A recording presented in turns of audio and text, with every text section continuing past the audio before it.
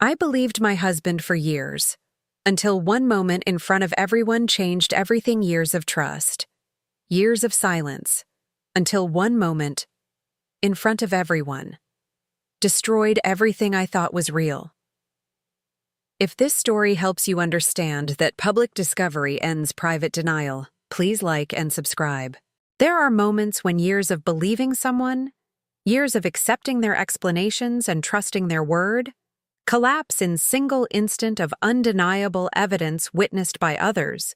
When private reassurances that had sustained your trust get exposed as lies by public revelation that makes continued belief impossible. For 9 years of marriage to my husband Marcus, I'd believed his explanations whenever I'd noticed small strange things. My underwear occasionally going missing that he'd said I must be misplacing. His unusual knowledge about women's clothing that he'd attributed to having female colleagues who talked about fashion. His defensive privacy about certain belongings and certain spaces that he'd framed as just needing personal boundaries even within marriage. Each individual explanation had been plausible enough that I'd accepted it, had chosen trust over investigation, had built 9 years of marriage on foundation of believing Marcus when he told me there was nothing to worry about and nothing unusual happening. But then at his company's annual holiday party, in ballroom full of his colleagues and their partners, the company's photographer had shown slideshow of candid photos from throughout the year, and one of those photos had been Marcus, unmistakably Marcus despite the wig and the makeup and the dress, at what was clearly drag event or cross-dressing gathering, looking comfortable and happy in complete feminine presentation while surrounded by other people similarly dressed.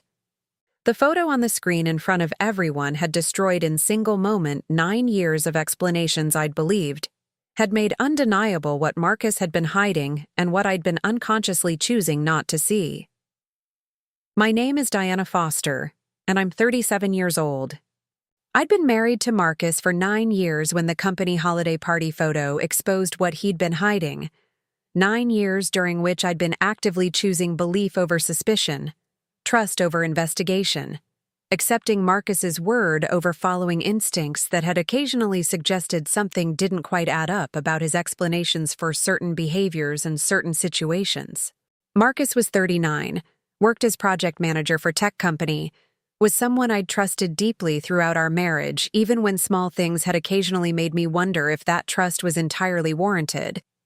The pattern over 9 years had been that I'd noticed something unusual or unexplained, would ask Marcus about it, and would receive explanation that seemed reasonable enough that I'd accept it and move on rather than investigating further. My underwear would occasionally go missing, and Marcus would suggest I was probably just misplacing things or that items were getting lost in laundry.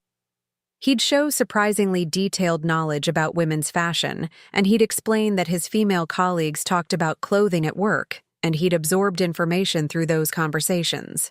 He'd be protective about certain belongings or certain spaces, and he'd frame it as normal need for privacy and personal boundaries that healthy marriages should respect. Each explanation individually had been plausible. Collectively, they'd formed pattern that perhaps should have created more concern than it did. But I'd chosen to believe Marcus, had chosen trust over suspicion, had told myself that good marriages were built on believing your partner, rather than constantly questioning and investigating their explanations. The company holiday party had been formal event at upscale hotel, annual celebration that Marcus's company held for employees and their partners. The evening had included dinner, dancing, awards presentation, and near the end of the event, slideshow of photos from throughout the year, candid shots of various company events, team activities, social gatherings that company photographer had documented over the past 12 months. Most of the photos had been standard corporate event documentation, people at meetings, team lunches, office celebrations. But then photo had appeared on screen that had made entire room go quiet in confused way, had made me feel like time had frozen as I'd processed what I was seeing. The photo showed group of people at what appeared to be drag event or cross-dressing social gathering, all dressed in various levels of feminine presentation. And there, clearly visible in the center of the group, had been Marcus. I'd recognized him immediately despite the long blonde wig and the carefully applied makeup and the red dress he was wearing.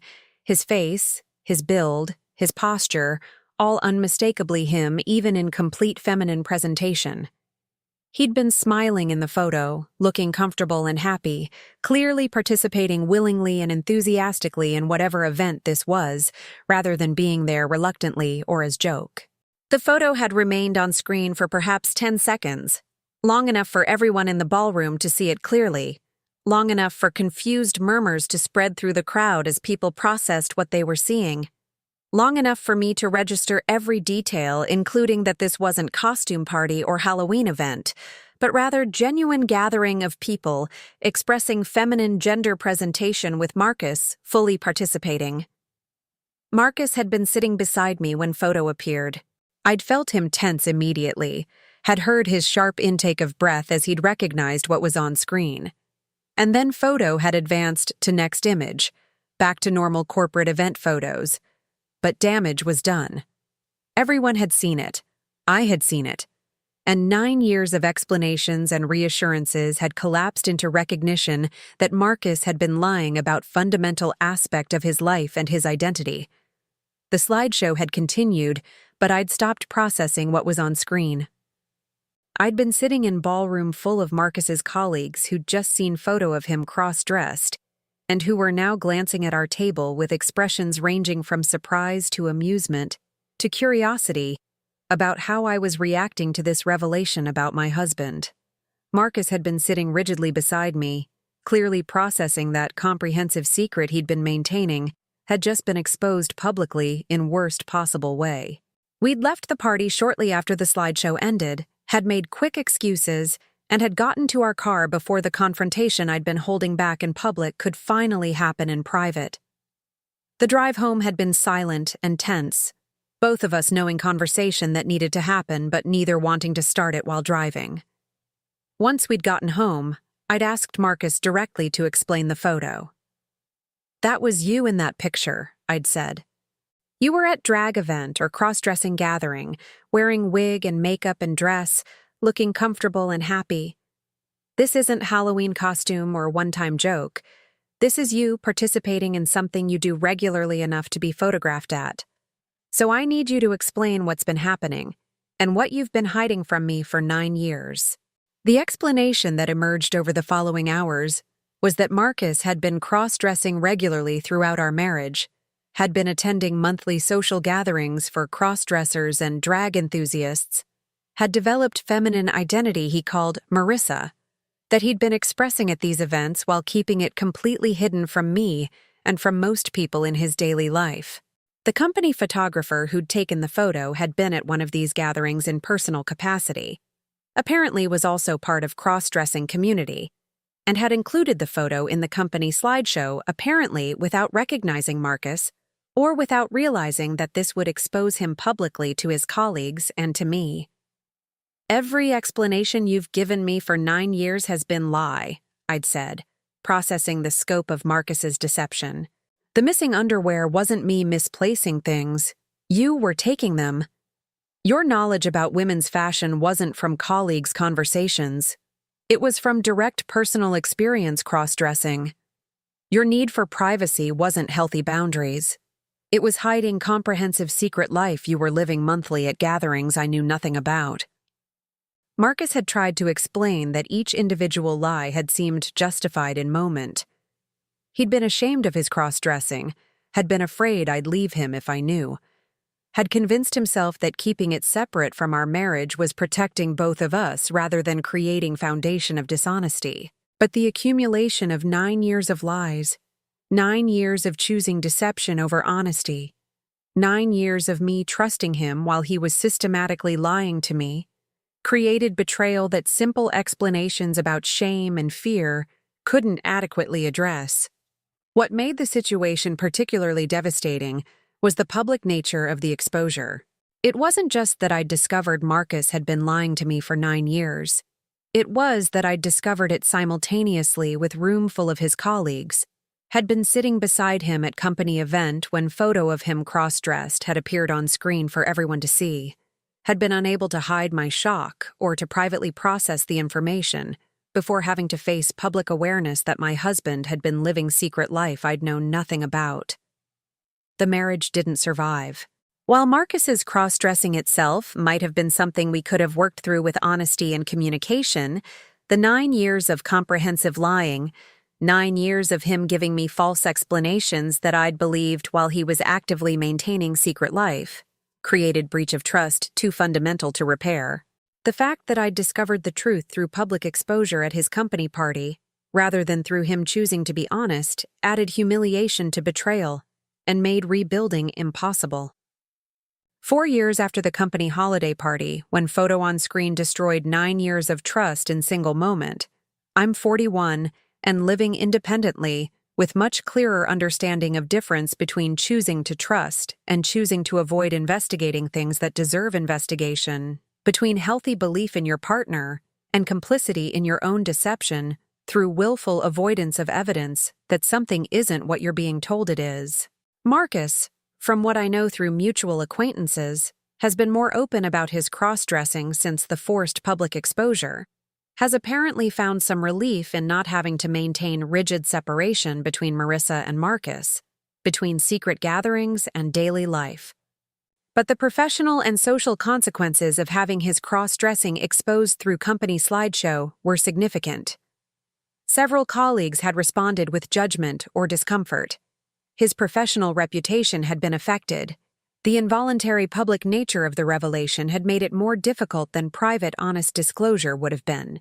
What I learned from 9 years of believing Marcus's explanations, followed by single photo that destroyed all that belief, is that public discovery ends private denial, that you can choose trust over investigation for years, but eventually truth reveals itself in ways you can't control or ignore, that believing someone for years doesn't make you naive if their lies were comprehensive and careful, but doesn't prevent the devastation when those lies are finally exposed undeniably and publicly.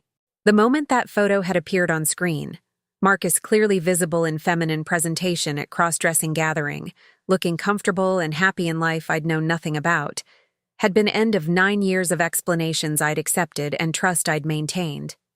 Years of silence about my occasional doubts, years of choosing belief over investigation, years of building marriage on foundation of what I'd thought was trust, but what had actually been Marcus's comprehensive deception, all collapsed in single moment, witnessed by a room full of people who'd seen the same truth I'd seen, and who'd made impossible for me to continue believing the lies Marcus had been telling for our entire marriage.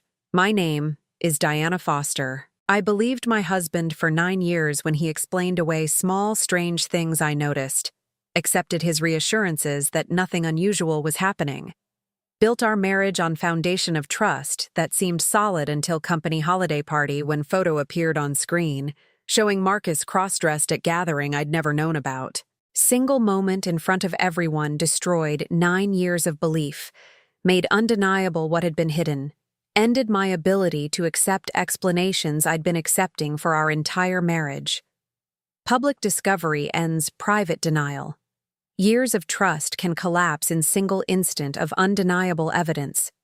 And sometimes the person you've believed for years has been lying the entire time while you've been choosing trust over investigation of signs that perhaps deserved more attention than you were giving them. Thank you for reading. If this story helps you understand that public discovery ends private denial, please like and subscribe.